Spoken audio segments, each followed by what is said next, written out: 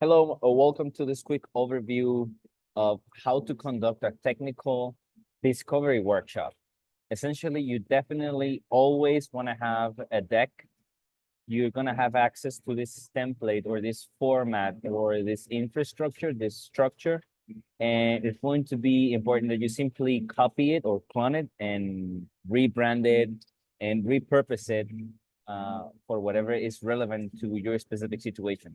So I'm just gonna go over it super quickly. As you can see, the first slide is simply an introduction. This is going to be your specific brand, the logo of your consultation or the logo of your agency. And if you can get the logo of the client, if they have any, it's nice to have it on board here, added here on this initial slide. So on this presentation, we're gonna basically focus on them. So this is a verify discovery workshop.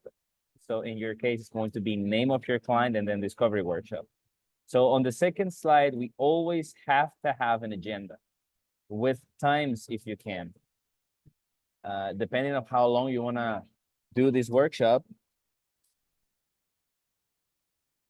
you can even add a nice 15-minute break if you want to.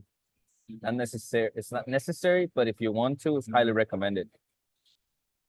So in the next slide, we just say hello and we kick off. You present the team associated to the project. So if you're a solopreneur, then it will be you, and the backend team is going to be whatever freelancers you hired for the project. Or if you have a full team, you just go over them. Now you introduce your agency and your specific process.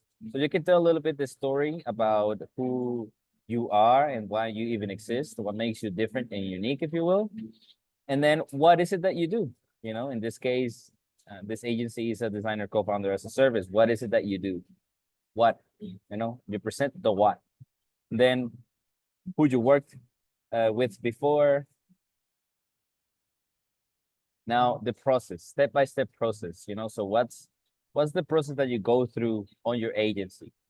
Do you do a strategy, research, then design? So you want to divide it into 3 steps or 4 steps.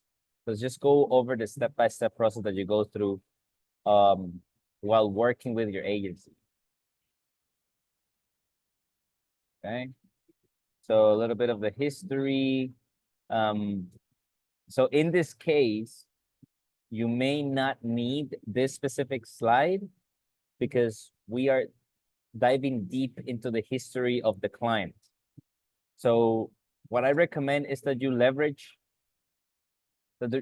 leverage the questions. You know, you're in the discovery workshop in this consultation call, and you have a logo of your client or their website, as you see here, and we just ask them why. What's their why? You know, so what questions do we have here? How did verify or how did insert client get started? And then just go through these questions and get as much info as possible. If you have information about their team or the members of your client, just discuss it if you want to. This is not necessary. So what's the blue sky? Try to define what's the vision. What is it that they're actually trying to do? So who is your core market, for instance? So what new features exist and why? Try to get as much clarity as to what is it that they're trying to achieve. So more specific questions in terms of their products or their services. What does it do? Who does it do it for? You know, what's the avatar? What's the niche? More questions, basically. So what's the main goal of this project? If it's a website, in this presentation, what we're discussing a new website design, new brand design. So we have more questions. You're gonna have access to this presentation, so just copy the questions. New brand. Project planning, super important. Now, so if the client decides to move forward with you, what are the sprints? What's the planning? You know? So this is project management. What is the meeting frequency? How many sprints? What is a sprint? How does it look like? You know, have a structure, make it obvious that you have a process that's proven and it works. More sprint planning. What happens tomorrow? Sprint 1, we're gonna do research. We're gonna work in an information architecture. Sprint 2, we're gonna start, well, at the middle of sprint 1, we start the user experience, then UI in sprint 4. Why? Because we need the user experience. So have a structured plan ahead, all done. So as you can see, this is super simple. Just follow the structure and use your common sense to make it relevant for you specifically. And that's it for this one.